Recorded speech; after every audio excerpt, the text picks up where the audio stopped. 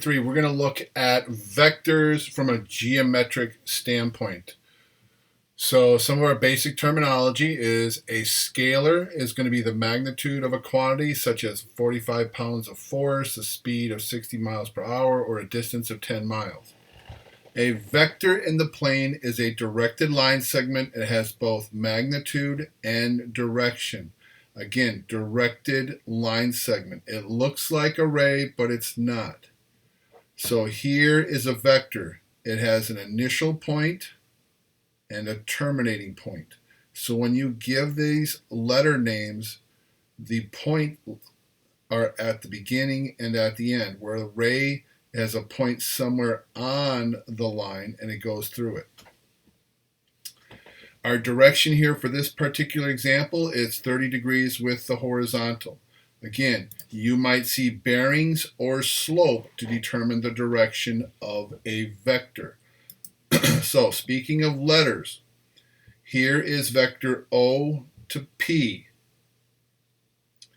O is called the initial point. P is called the terminating point. It's at the tip of the arrow. So magnitude is the length of the vector. It's expressed as what you would use the absolute value bars of OP to find its positive magnitude. Now, I've seen some books, they use double absolute value bars for the magnitude to separate the difference between what is magnitude and what is the absolute value. So in the above example, this has a magnitude of 10 pounds. Now, two vectors are equal if and only if they have the same magnitude and same direction. Vectors OP and PO have the same magnitude, but they're in opposite directions. So these are not equal. You will see vectors with negatives on their name. That does not mean their magnitude is negative. The negative just means it's going in the opposite direction. The magnitude of vector v and the magnitude of negative v are both positive values. It's the positive distance or positive magnitude for those vectors. So down below here, vector A and vector B, both going in the same direction, both are the same length, they're equal. Same with vectors C and D. Now, if I try to compare vector E with vector A, it's the same length, but it's not going in the same direction, so they are not equal. If I try to compare A and F, they're going in the same direction, but F is shorter. They're not equal vectors. So I'm going to give you a chance here. Here's a bunch of vectors.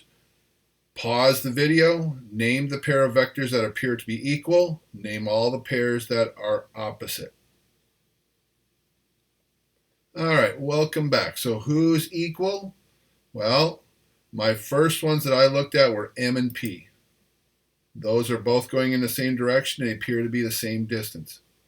The next ones I noticed was N and R, both going straight up, and they both appear to be the same distance. Who's my opposites? Well, the first thing I saw was P and Q. Now, before you jump to R and S, which is also an answer, notice the above statement. If M and P are equal and P and Q are opposite, you can replace the M with this P and say M and Q are also opposite.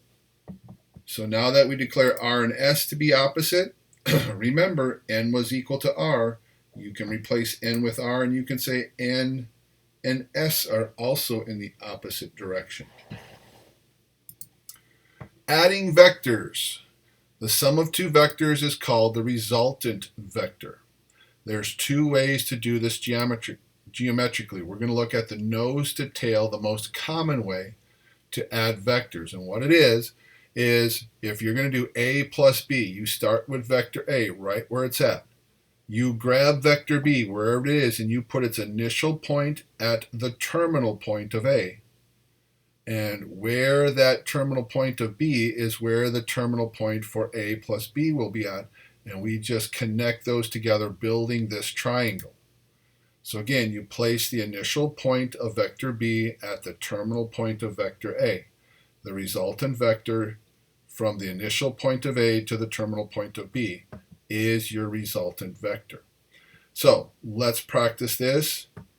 Let's graph the sum of S and G. All right, so C technically stays still. We're going to grab G. You might need to use an edge of your paper to get your distance, but we're going to slide this over to put that initial point of G at the terminal point of C, and now we connect this initial point of C to the terminal point of G, and there's my C plus G resultant vector. Now we could also look at this. What if we wanted to do G plus C? So now I take C and put it at the terminal point of G. Connect the initial point of G to the terminal point of C. Now here's G plus C. They appear to be going in the same direction, and they appear to be the same distance. So vector addition is commutative. You can switch the vectors around and still create the same resultant vector. Method 2 is known as the parallelogram rule. What we do here is you place both initial points of each vector at the same point, so they coincide, they're in the same spot. Then we are going to take and complete a parallelogram. So it's like we're going to take vector A and vector B and slide them across the parallelogram. And so now A plus B, the initial point is where both initial points of A and B are at, and the terminal point is at both terminal points of A and B once you've drawn the parallelogram. So this is the diagonal that we're looking at as the resultant vector. So in example 3, let's build this C plus G by building a parallelogram. So we take the C and go to the initial point of G. And then we're going to take C and slide it along G, and we're going to take G and slide it along C to build our parallelogram. So the two initial points to the two terminal points, that's your C plus G. Now, some people always ask me, why do I have to know the parallelogram rule? Because if you look at it, here's your tip to nose technique right there. Well, the parallelogram rule is really good when you're given angles, and we have examples of that, and I'll point that out in some of the properties of a parallelogram. I'm going to bring that back from your sophomore year of high school when you took geometry. All right, next we want to look at subtracting vectors. But just a quick note, every vector v has an opposite vector negative v. The sum of these two vectors has a magnitude of 0. They literally cancel each other out. So we have what is known as the 0 vector. You can't graph it because there's no magnitude. But we have to define it because just like you do your adding and subtracting with numbers, you have to have an additive inverse, what takes you back to 0. And that's the 0 vector. Is acting like the 0 when we work with numbers. So if I have this G minus C, any subtraction problem should be rewritten as an addition problem. So minus becomes plus, and the positive vector C becomes its opposite vector. So by doing G plus negative C is the same as G minus C.